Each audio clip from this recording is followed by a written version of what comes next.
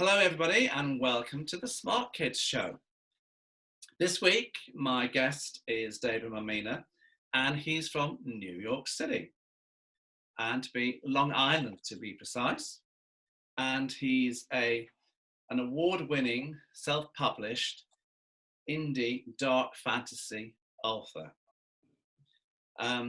David, presently, he teaches history to middle school students with learning disabilities. And his award-winning themes, his works, include redemption of fallen heroes, good versus evil, and the unity of those split by their differences in the face of adversity. His books, kids, guys, all the people who are listening, are set in post-apocalyptic, and I'll even get that right one of these days, apocalyptic, fantasy realms, and present day. And looking at his websites and his works and his readings and his writings, he believes writing is a craft, and he believes it's a living spirit that buries itself into the hearts, mind, body, and souls of all the readers. David. Yes, sir. Welcome to the podcast show. It's really a pleasure to be here. Thank you very much. From one author to another. Absolutely. And a lot of people will be listening to this podcast, and other kids that I talk to and their parents, they don't realize that we've actually got three things in common. And that is that, yes, you're from Long Island, New York, and my mother was from Manhattan in New York. And that we also have a great deal of interest with working with people with learning disabilities, because you teach history to people with learning disabilities and middle grade in the US. And now when you were young, you had an English teacher. What was your teacher's surname? My teacher's name was Mr. Sullivan. And my mother's maiden name is Sullivan. And my next character in my spy book is Charlie Sullivan. So there you go, kids. There you go, guys. There's the three things that myself and David have in common. We've never met before, apart from having a little chat the other day on Zoom. And we found out with our little talk that we actually got things in common.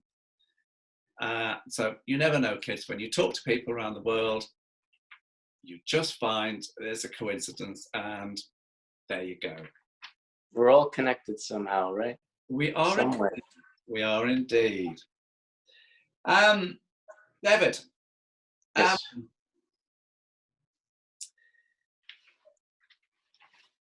I've looked at your books, and I'm just fascinated as to what brought you to writing and to start writing. Well, two things, actually. The first thing is I grew up in the 80s and the 90s, and of course, there was a lot of entertainment for me then, and I enjoyed playing video games as a kid, and I enjoyed to play other people's stories, essentially is what I was doing. I was living out their stories through their characters, and I was really enchanted by that. And I thought to myself, I think my imagination can't be held in this game only. I think I could expand on this. I'd like to make my own adventures, my own stories. What would my characters be like? What would their struggles be that they would have to overcome? And that happened in movies and TV shows for me. I wanted to challenge myself and see what I could create. And the second thing that brought me to writing was I had a stammer problem when I was young. I had speech therapy, and I still do stutter from time to time. It's one of the things that it doesn't go away. You sort of learn how to adapt through it. You know one of the famous people in the world who had a stammer? I know one is President Biden right now. Who do you have? Who did we have? King George VI. Ah, that's right. Remember the speech? I remember that movie. Brilliant film. Yeah. Brilliant. It was our present Queen's father. He had a stammer. Yes.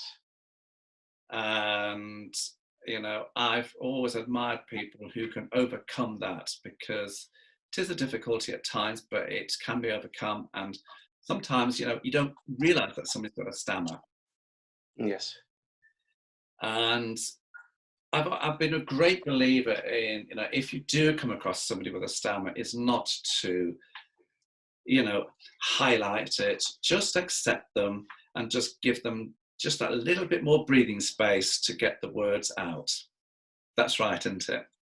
You are so right. I would have loved that when I was in school at that age. But students that I have, I'm so shocked sometimes. They stammer through their answers, but they're going to get their answer out. They don't care. They will fight through their stammer to get their answer, and even to ask questions. They're not afraid. So they had a lot more bravery than I had when I was a kid. I was just better off not asking a question or answering anything. I was just so humiliated by my disability at the time. But these kids I'm teaching today, they don't care. They'll fight through it. And when they're finished with their question or their answer, I will tell them that. I'll say, you fought through that and you did it great, and keep it up, man. Because eventually you'll have control over that. Just like you said, it won't stay with you forever. You will be able to have it instead of it having you. I say good for them. Good. Oh, absolutely. Absolutely. So, David, when I was 6, which was a long time ago, I hated reading. And my mother was an English teacher, and she would pull her hair out with me just to get me to read a page. And when I got to the end of the page, I would very often say to her, "Can I go now?" And to her utter despair, she used to go, "Oh, just go." Did you, as a child, love reading books? Great question. No. And I did not enjoy it. But one day, I went to the Scholastic Fair in my school, and I picked up a book that I thought was my style. And obviously at the time, I didn't know that I would be writing dark fantasy works in the future, but it looked like a dark fantasy novel. And the print was big enough and the cover was cool. And I said, I guess I'll buy this. And I started reading it that night, and I had read the book through that night. And it was a big book and compared to me. Now, I could have read it in one night as well. But I actually found the book again on Amazon a few months ago and read it again and said, wow, this is why I enjoyed this book so much. And that book was called Child of an Ancient City. And it really sparked something in me. And I said, man, I really got to read more of this. So like I had answered before to myself, I want to write something that I had seen in a video game or in a movie. But now I got that from books. And that's what opened up the world to me with books. And I said, you know what? It's not that I don't like reading. I'm just not reading the right books. And that's what I came to terms with. So sometimes it's not, you don't want to read, or I don't want to read, or he doesn't want to read. What books do you like? Because when you find the right book, all you'll want to do is read. I agree with you. Because I eventually found the books that I like to read, but I worked in the bank and I had to write letters to customers, and I used to dread writing the letters. And I thought to myself, I need to do something about this. So I did. But I found a genre that I liked. Well, I found 2 genres that I like: crime fiction and spy thrillers. I absolutely love them. And I've just been to the bookshop today, and I've got a couple of more spy books and crime books because I just love them. That's the genre for me that makes me turn those pages.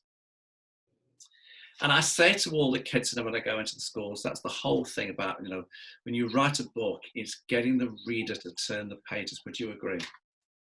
Very much so. Sometimes it's in the first couple of pages, whether you know the book is worth it sometimes. I mean, the hook starts early sometimes. It does. I'm going to come to that in a minute. But I want to ask you a question, David, if you don't mind. I don't know. I create my characters. I use 14 points, like the color of their hair, what clothes they wear, what family they've got, where they come from, what school they go to.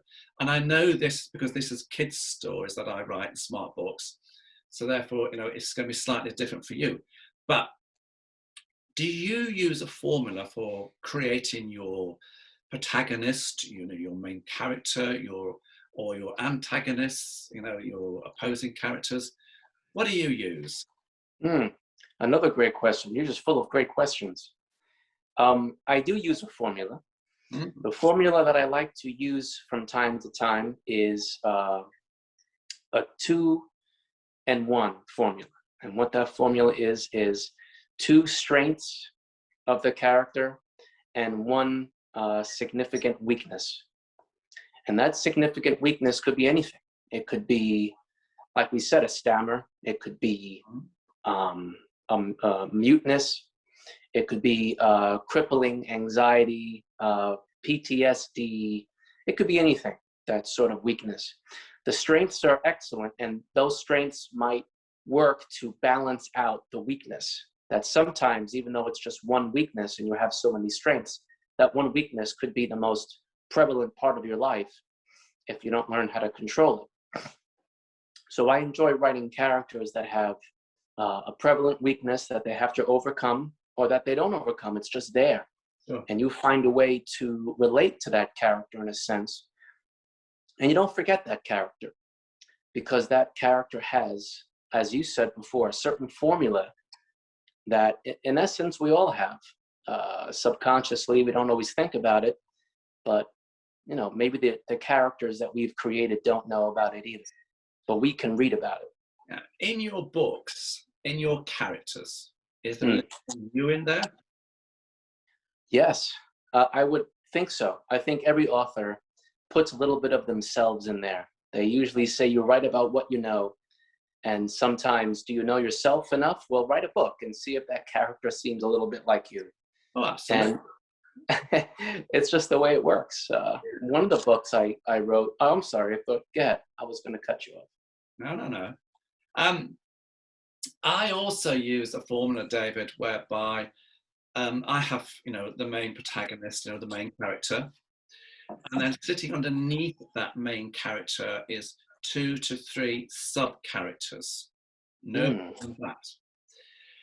And when you look at Harry Potter, for example, J.K. Rowling, she uses Harry Potter as the main character. And then you've got Ron Weasley and Hermione as the what I call the sub-characters. They are the 2 friends that support Harry. And when you look at a lot of my my kids' stories, my short stories, there's one main character and there's 2 to 3 sub-characters. And then the next layer of characters are what I call the floating characters, David. And these are characters that go in and out of the storyline just to move the story along.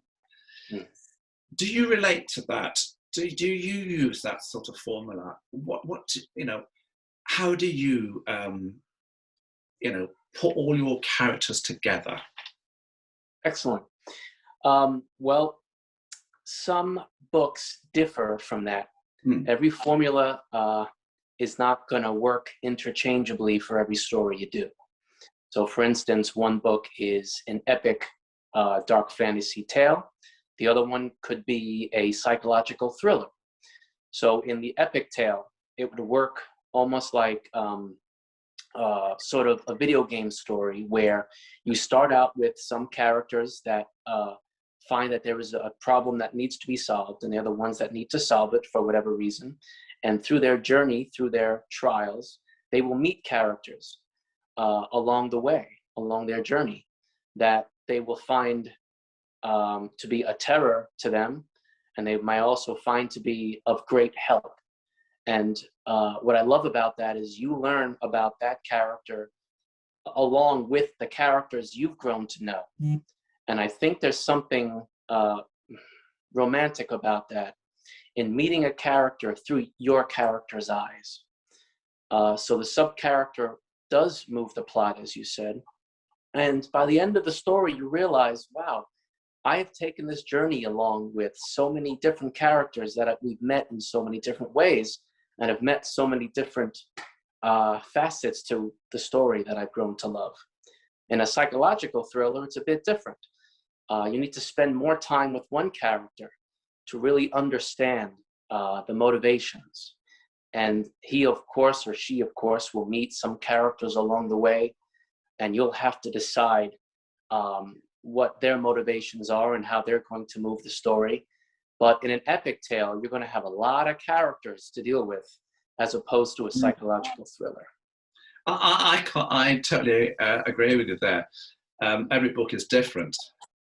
I want to move you along now, David, if you don't mind, and I want to move away from characters, and I want to talk to you about the plot, how you create the plot of your books. I split the plot into two sections. One is scenery, and one is the storyline itself. And within the scenery, it's the geographical location, it's the time of the year, it's the time of the storyline itself, it's the scenery, and you know, and this is when I go into the schools, I talk to the kids, you know, this is important, that you've got to get, you know, the right, you know, if you're talking about a story that is in, I don't know, let's say the UK, and it's winter time, or December, well, it's winter time. But if you've got a character and a story and it's in December, but you put your character in New Zealand, well, it's summer. And you have to be careful there. So how do you go about plot? How do you go about thinking about the plot, you know, creating it, putting it all together? Sure. Well, first, I think of what the problem is, what the issue could be, and then it's a little bit like clay. You start to form it and you say, well, what would make this interesting? Where would these people be? Where would the reader be challenged? You know, it's one thing to say, you know, this is going to be a story where there's knights in shining armor, and your brain would go right to, we're in the Middle Ages. It's a Middle Ages setting, perhaps middle-aged Europe. But then you throw them for a loop and say, actually, no, this is the post-apocalypse time. We've gone back to a feudal age where we have to start sort of over again in a way. And we look like we're in the Middle Ages, but we're not. See, here are some parts of the setting to remind you that we are not in the Middle Ages. Here is the skeleton of buildings of yester century, you know, or here is a city or town that used to be an amphitheater a long time ago, or here's a sewer system that was once a subway in some archaic place. So the plot sort of develops as you mold the clay yourself and consider, where do I want these characters to be? And what do I want my reader to get from that, to take them out of their real world into a fantasy world, and yet to make that fantasy world real to them. So again, the plot must be considered in any kind of story you create. So a sci-fi story, in my opinion, would require a lot more research perhaps than a fantasy story would be, because this is essentially what's real to us, but in a fiction type of realm in the future maybe. One of my short stories took place on the moon. Well, what does that entail? What do we know about that? What kind of materials would you need to be on the moon? Why are they on the moon? Wouldn't it be cheaper to be here? What's their motivation? So usually it takes me about, and this is going to sound particularly strange, but for me, I need to know everything about living on the moon before I start writing a story about people on the moon. I need to know so much about it that I could essentially help NASA at least have an understanding of what they're talking about. I'm sure that's on you. You know, and it might not even end up in the book, but the plot is, like you said, the setting is the first thing, and the time is the next. And like I said, it's clay in your hand. You start to formulate on how it would help for the conflict in your story. Do you, as you're writing the story, as you're going along, you're sitting there on your laptop or your computer and you're writing the story, do you, like me, visually see that story, that scene, that's set up in front, like you're in the film, you're creating the film? John, I can't tell you how many times I've embarrassed myself literally acting out the scene like a 5-year-old, as adults had watched me and I didn't know that they were there, and I had to say, oh, I'm practicing for a play. I do that. Yeah, sometimes you have to act out the scene to say, wow, that would work. Or maybe he would do this. Oh man, that's even better. I absolutely see it. I know where the characters are in relation to each other. Are they sitting to the left? Are they sitting to the right? Are they in front? Are they on a screen? And where is that laptop? Is it on the table? I can actually see it all, and that's how I envisage it. So you're pretty much like me as well. And when I talk to other authors as well, we all seem to be doing the same. We can see the scene, and we're sort of like writing a set, for a scene on stage, which I think is wonderful, don't you? I think it's amazing, because if you can see it, chances are you'll write it in a way that your readers can see it too. Not exactly as you saw it, but I'll bet they'll be able to envision it in a way that you had seen it, and then add their personal touch to it. I like that. I like having my vision on the page and then having the reader manipulate it a little bit too. I want to give them some breathing room to also create their own scene too. Do you, you touched on this when you talk about the moon, and you like to do the research in detail.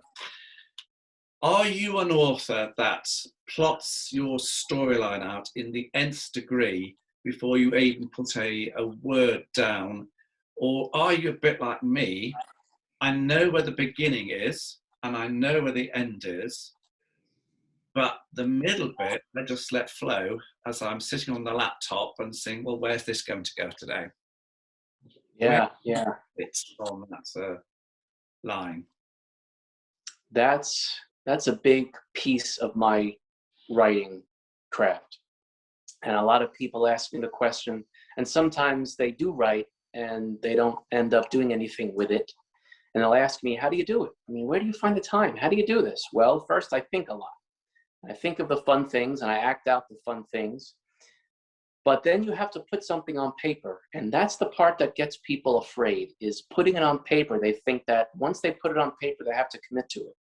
The reality is, the most important part of anything you're writing, whether it's an essay that I hate to write, or actually a story, it's outlining.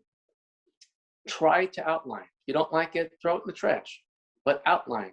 Put in what you think you have. Now, your outline would essentially entail the meat and potatoes of the beginning and where you are hoping to end up, because those are the two most important parts of the story. For me, I like to outline, where would we go with this? Why is it happening this way? Why would this person do this? Where would they go afterwards? Blah, blah, blah, blah. And I would just jot out notes. That could be on a napkin. It could be on my phone. It doesn't have to be anywhere official, because no one else is going to see this. It's you. So I like to outline. I get to see my thoughts, and then I can sleep at night in peace and not have to worry about what I'm putting in there. So I also cross things out in the middle of my outline. And some things I'll just put a question mark and I'll say, I wonder what will happen when we get to that part. So John, to answer your question, I like to sort of have a general idea of where we're going and what will happen within. Sometimes I'll even plot in something in the middle of the story that I really can't wait to get to. And I'll outline how we get there. And then I'll outline that battle, perhaps, or that argument that these two people are finally going to have to hash out, what we all knew they were going to have to confront at some point. And then sometimes the outline, I say, oh, the heck with this part. This was a good idea at the time, but now I think we're going somewhere else. I think we're going somewhere much more intriguing. So let's forget this outline part and let's take this and see where it takes me. And if it doesn't work out, I have the freedom to try again. So I'm a little bit like you, John. I like to fly at the seat of my pants and see where my own characters want to take me, but I also want to help my characters, and I want to lead the way to get them somewhere that can take the reader somewhere fascinating. And I don't limit myself.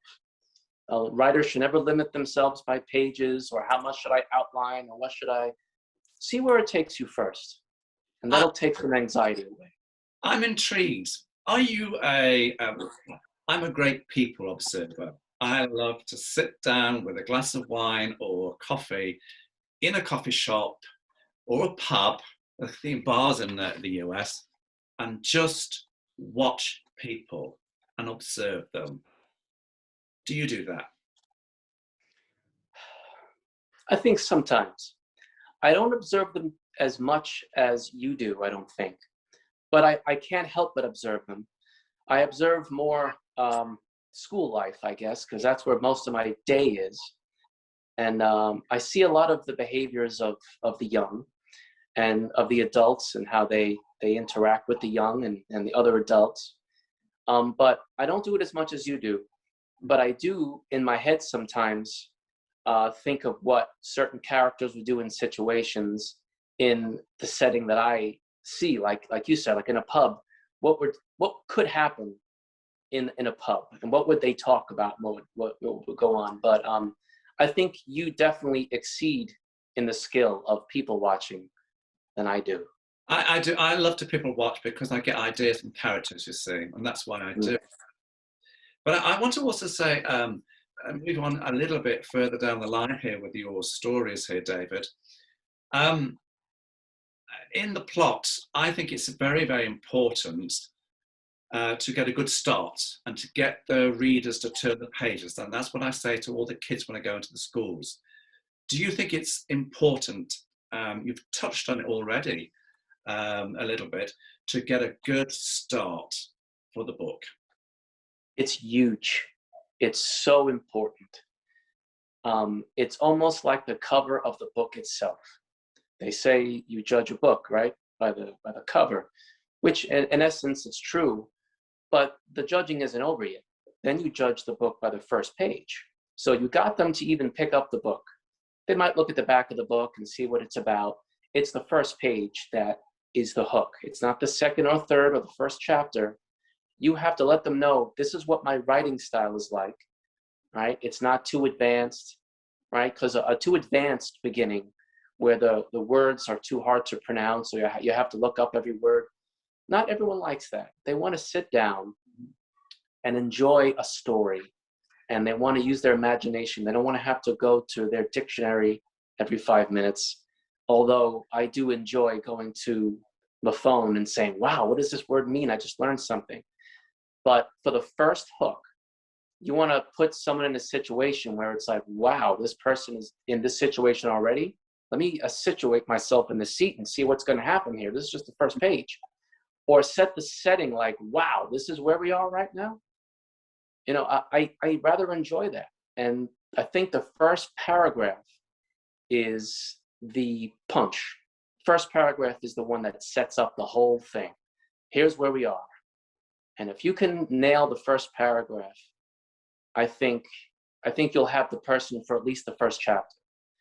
And then from that point on. Yeah, I know. For me, when I read a book, it's got to be, I get into it the first chapter or the second chapter. And if I'm starting to think I don't like this after the second chapter, it doesn't tend to turn the pages and it gets put on the bookshelf.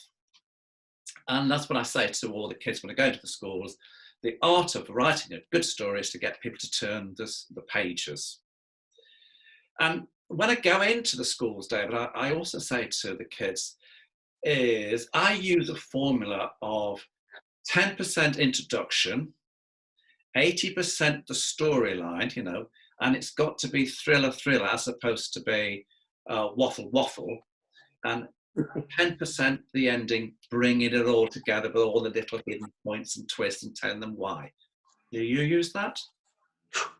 No, but I might consider it. That's a genius way of looking at things. That sort of formula, I like that.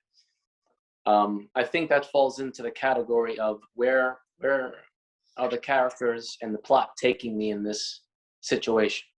And I've never been a big math guy, so I suppose the percentages would throw me off. You're a historian, you're a literary person. That's the Yes. side of your brain. It's the creative side. It's not the mathematical side. Yes, yes. David, if where can where do you see your market? Who do you write for? And where can they get your books from? So who's your market? I believe my market is anyone who enjoys to read exciting fiction that has action in it, that also makes you think and isn't afraid to be a little scared sometimes. So that's a broad market. So we're looking at fantasy, we're looking at sci-fi, we're looking at mystery, I like that sort of market.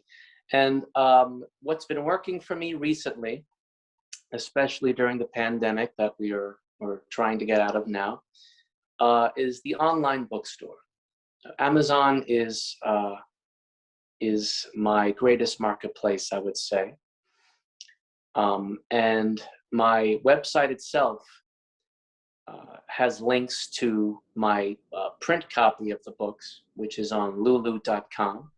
My website shoots you right there, and it's the cheapest versions of any of the print books.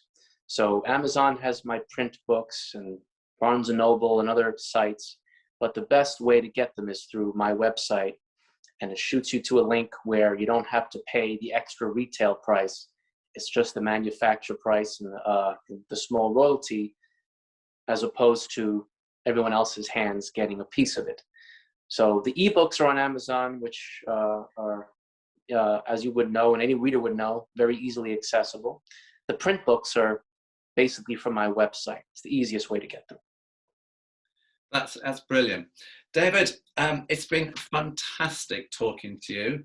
I've certainly, not only just our little chat here, but when we had a little chat previously a couple of weeks ago, I've learned a little bit about you, about, what makes you tick, with writing your books, your stories, your enthusiasm from a very early age to, create stories for people to love and to read.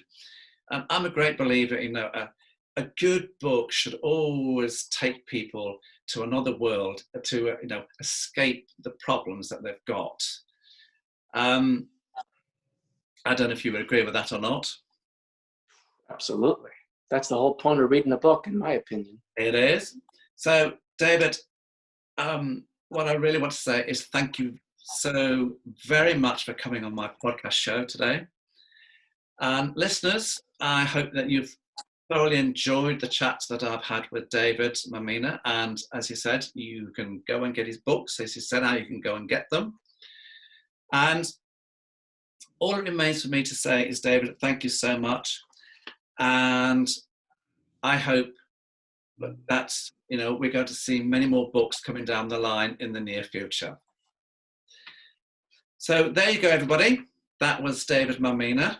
And that was a little chat with him about his books and a little bit about himself as to why he writes books, what he loves about books, and how he's got involved with the genre that he has chosen to write about. Well, next week, I'm going to be talking to another author. And this is going to be a lady, and she actually lives in China. So I'm going to be talking to her about her books. And again, it's a totally different genre because my interviews with the authors, I'm picking all different genres, different areas. So for now, kids, guys, anybody who's listening, thank you so much for listening. I'll see you next week in China.